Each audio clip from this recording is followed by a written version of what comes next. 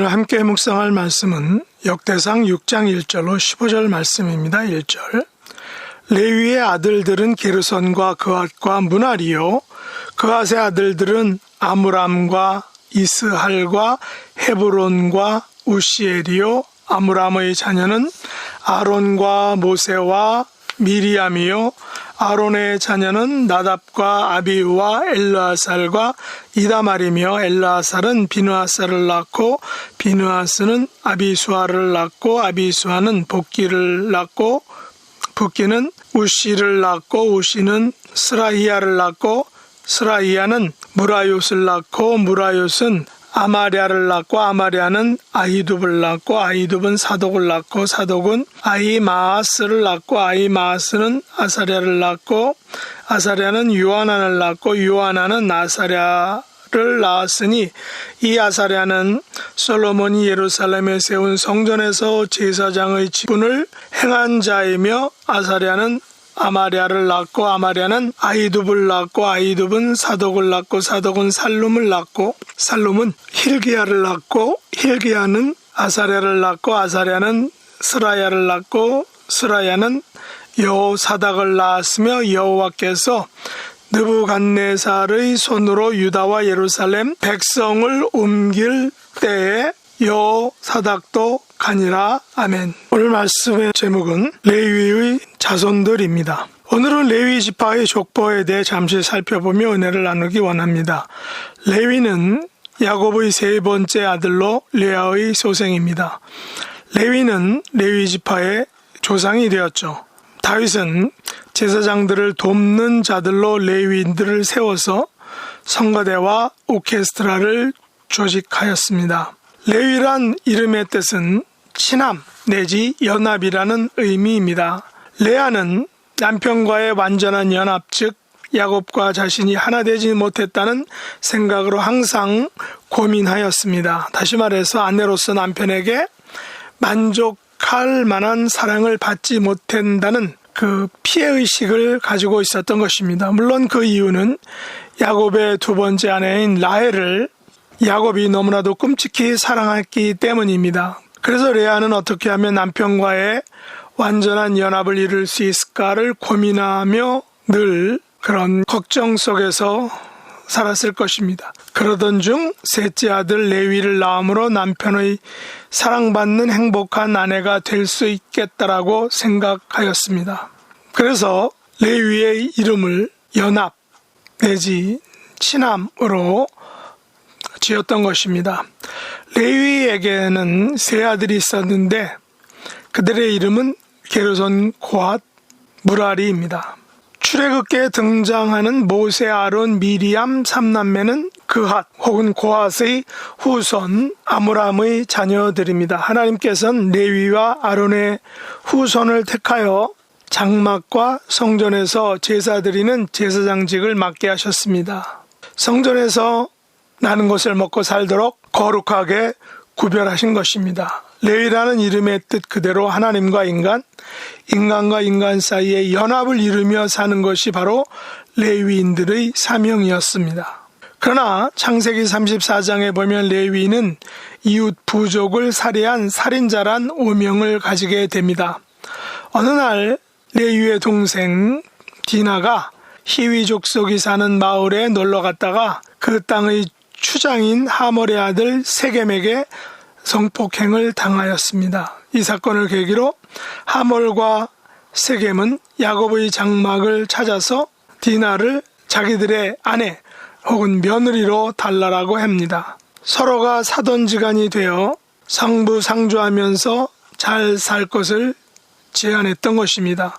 이때 야곱과 그의 아들은 하몰과 세겜에게 히위 족속의 남자들이 전부 할례할 것을 요구하였습니다. 그러자 이들이 돌아가서 직접 할례를 행하고 그 부족도 할례를 받게 한 후 통증이 멎을 때까지 장막에서 휴식하고 있었습니다. 그때 시몬과 레위 두 형제가 칼을 들고 하몰의 장막을 찾아가서 세겜과 히위 족속의 남자들 모두 죽여버리는 악행을 범하게 되었습니다.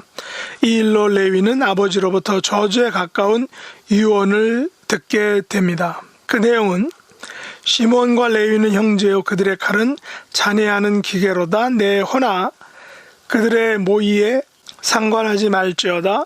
내 영광아 그들의 집회에 참여하지 말지니라. 그들이 분노대로 사람을 죽이고 그 혈기대로 소의 발목 힘줄을 끊었음이로다 라고 유언을 했던 것입니다. 어쩌면 이 사건을 통하여 레위 후손은 죗값을 지불기 위해서 제사장의 직임을 감당해야 했는지도 모릅니다.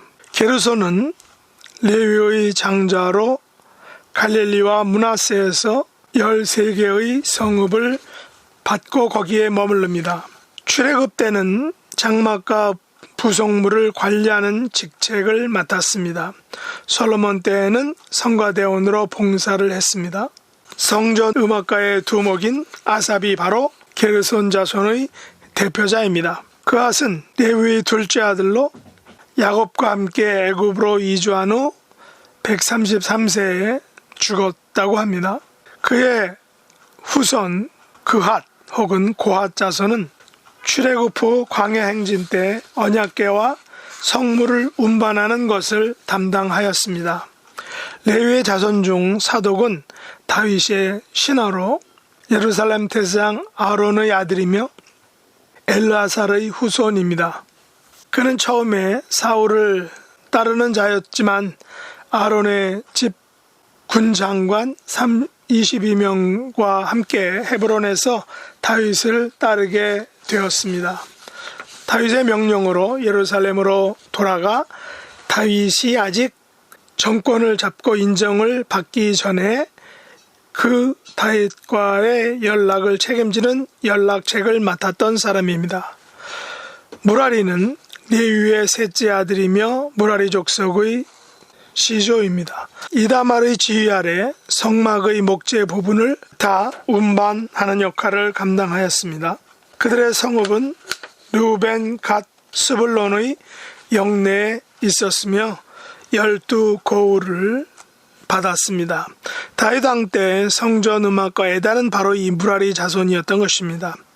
이처럼 하나님께서는 장차 이스라엘 나라를 이루시기 위하여 야곱의 12아들 중 레위를 세워서 제사장의 직무와 예배와 음악에 필요한 직임을 맡기셨습니다.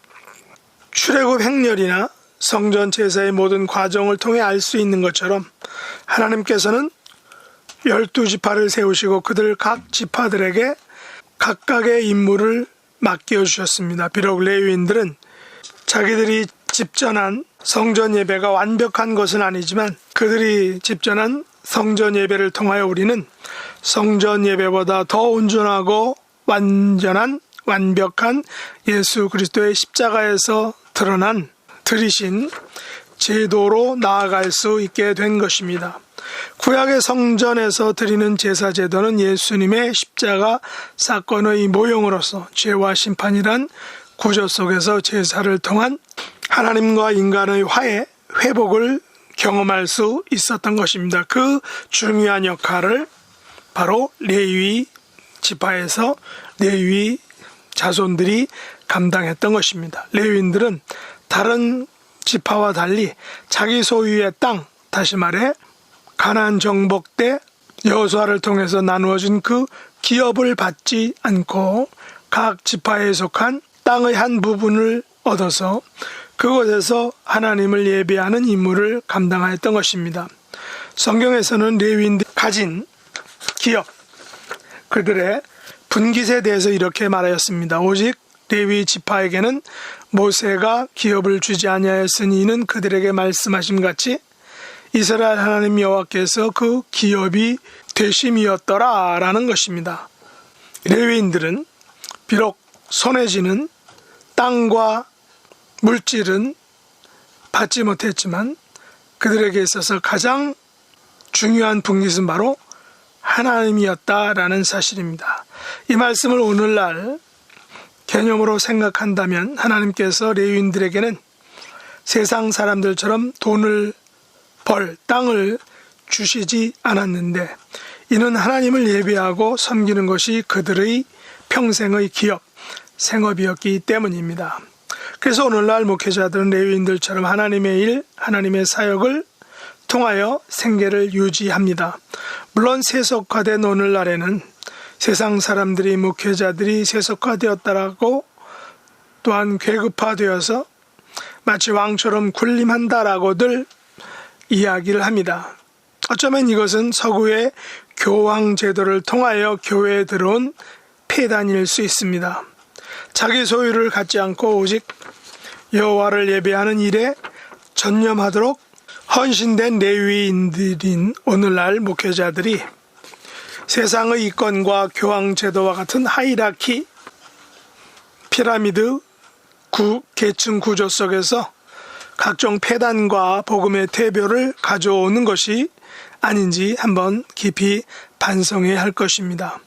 성경에서 말한 오직 하나님께서 기업이 되심을 기뻐하고 행복해하는 오리지널 레위인의 삶이 가장 행복한 삶이라는 것을 깨닫는 믿음과 삶이 될 수 있기를 소원합니다. 우리의 삶에 하나님께서 친히 기업이 되어 주시는 행복한 삶을 사시는 하나님의 백성 될 수 있기를 예수님의 이름으로 축복합니다. 기도하겠습니다. 하나님 아버지, 레위인들에게 하나님께서 친히 기업이 되어 주셨듯이 오늘날 저희들의 삶에 하나님께서 친히 기업이 되어 주심으로 날마다 기쁨과 행복이 가득한 삶을 살기를 원합니다. 예배와 섬김과 봉사의 삶이 가장 행복한 복된 삶임을 알게 하여 주시옵소서. 예수님의 이름으로 간절히 기도드립나이다. 아멘.